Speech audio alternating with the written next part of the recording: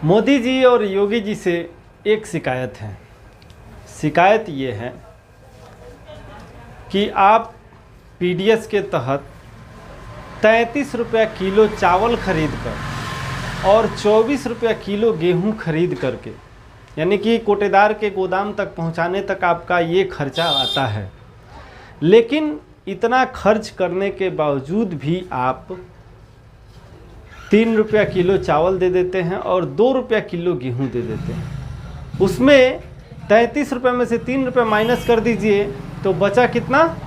30 रुपया किलो पीछे आपका नुकसान हो रहा है। और गेहूं में 22 रुपया किलो आपका नुकसान हो रहा है। वो आप नुकसान सह ले रहे हैं, लेकिन कोटेदारों को 70 पैसा कमीशन दे रहे हैं। सोचिए, कोटेदार इतना मेहनत कर रहा है, इस कोरोना काल में इतना मेहनत किया है, उतना मेहनत कोई अधिकारी नहीं किया है, फिर भी जो है आप 70 पैसा कमीशन देते हैं। बताइए कोटेदार का घर कैसे चलेगा? आप 30 रुपये किलो का नुकसान सह ले रहे हैं चावल में, गेहूं में 22 रुपये किलो का नुकसान सह ले रहे हैं, लेकिन 70 पैसा को कोटेदार कह रहा है कि 2 रुपया कर दीजिए, तो आप 1 रुपया 30 पैसा नहीं सह पाएंगे।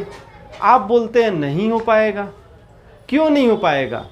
30 रुपया चावल में सह लेंगे, वो हो जा रहा है, लोगों को देने के लिए आपके पास है, लेकिन कोटेदार जो है 2 रुपया किलो के पीछे का कमीशन मांग रहा है, तो आप नहीं दे पा रहे हैं। कोटेदार बेचारा भूखमरी के कगार पे आ गया है। कोटेदारों के सामने इतनी बड़ी समस्या हो गई है कि कोटेदार परेशान है। योगी जी, आपसे नम्र निवेदन है, 80,000 कोटेदार परिवार की बात है। 80,000 कोटेदार यूपी में परेशान हैं। कम से कम आप 2 रुपया कमीशन तो कर दीजिए चुनाव से पहले। आप पे सभी लोग उम्मीद लगा के रखे हैं कि योगी जी हैं तो सब कुछ मुमकिन है, मोदी जी हैं तो सब कुछ मुमकिन है। तो उम्मीद पे पानी ना फेरिए और चुनाव से पहले जो है कमीशन कम से कम 2 रुपया किलो पीछे कर दीजिए। कोटेदार देखिए आपसे कदम से कदम मिला के चलने के लिए अभी भी तैयार है। तो मैं उम्मीद करता हूं, और सभी कोटेदारों की तरफ से मैं बोलना चाहूँगा, हाथ जोड़ के आपसे नम्र निवेदन है कि 2 रुपया कम से कम कमीशन कर दीजिए। भाड़ा वाड़ा भी देख लीजिए, आप जो भी आपको उचित लगे वो दीजिए। आप जो भी कहते हैं हम लोग वो करने के लिए तैयार हैं। तो आप कम से कम, हम लोगों का 6-7 मांग है, छोटा छोटा मांग है, वो भी आपके लिए कोई बहुत बड़ी बात नहीं है।